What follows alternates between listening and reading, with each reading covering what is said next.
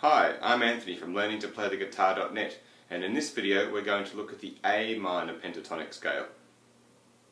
The A minor pentatonic scale again is also a 5-note scale, just like the E minor pentatonic obviously, but in a different key, and this pattern gets us away from using open strings and becomes a shiftable scale pattern which can be used to play in other keys apart from A, but for the moment we'll stick with A. So the trick to knowing that it's A is that on the E string the notes are E, F, G and A here on the 5th fret. You can see I have a dot here. If you roll the top of your guitar over, you'll see that I have dots on the top of the neck there. So E, F, G on my 3rd fret and A on the 5th fret.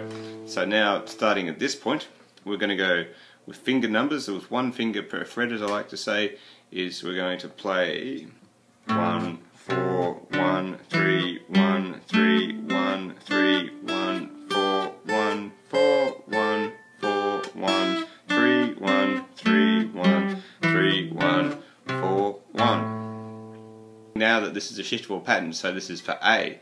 So a lot of songs say in the A minor pentatonic, certain tunes including Crossroads, the Cream version of that, the old, which is the old Robert Johnson song, Lagrange by ZZ Top, that's a song that uses part of it is in A minor pentatonic, Heartbreaker by Led Zeppelin, Red House by Jimi Hendrix, and all in the key of A, these tunes, all based around this 5th position here. But the cool thing is now that we know this sort of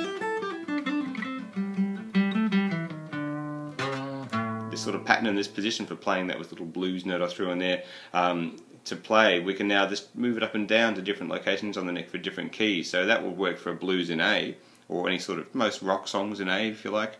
So if we pull this down to here on the 3rd fret, this is G note. So doing the same pattern now here, that will fit songs based around G, blues in G, rock songs in G, like a very famous rock song in G is the old Smoke on the Water by Deep Purple.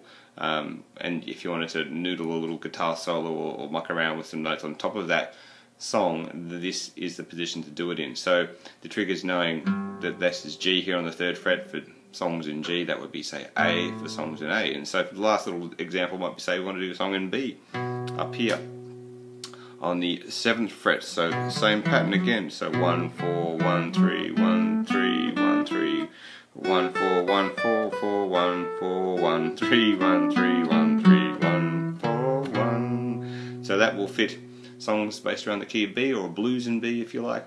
So it's really about, ultimately you might be getting to think, oh, okay, now you really need to learn the notes on the low E string. So if you know your E, F, and then the other ones like F sharp, G, G sharp, A sharp, or sometimes called B flat, B, C, etc. As you go along, it'll keep going all the way up to the 12th fret where it repeats again. So you've got C, C sharp, D, D sharp, or more commonly called E flat, and then you're back up here into E. And so you might be sort of cluing into the fact that if we had open E minor pentatonic, if we come up to the 12th fret here, let's roll over a bit, you'll see that if I now do the same pattern, but because it's so squashy, I'm going to use fingers 1, 3, 1, 3, 1, 3. This is sort of into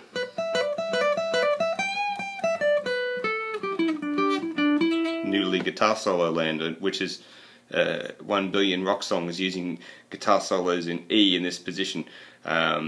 Again, like Whole Lotta Love by Led Zeppelin, for example, is a really classic example of a song in E minor, using E minor pentatonic for the riff and the solo. And so is often Jimmy Page is playing up here to give you that extra high notes.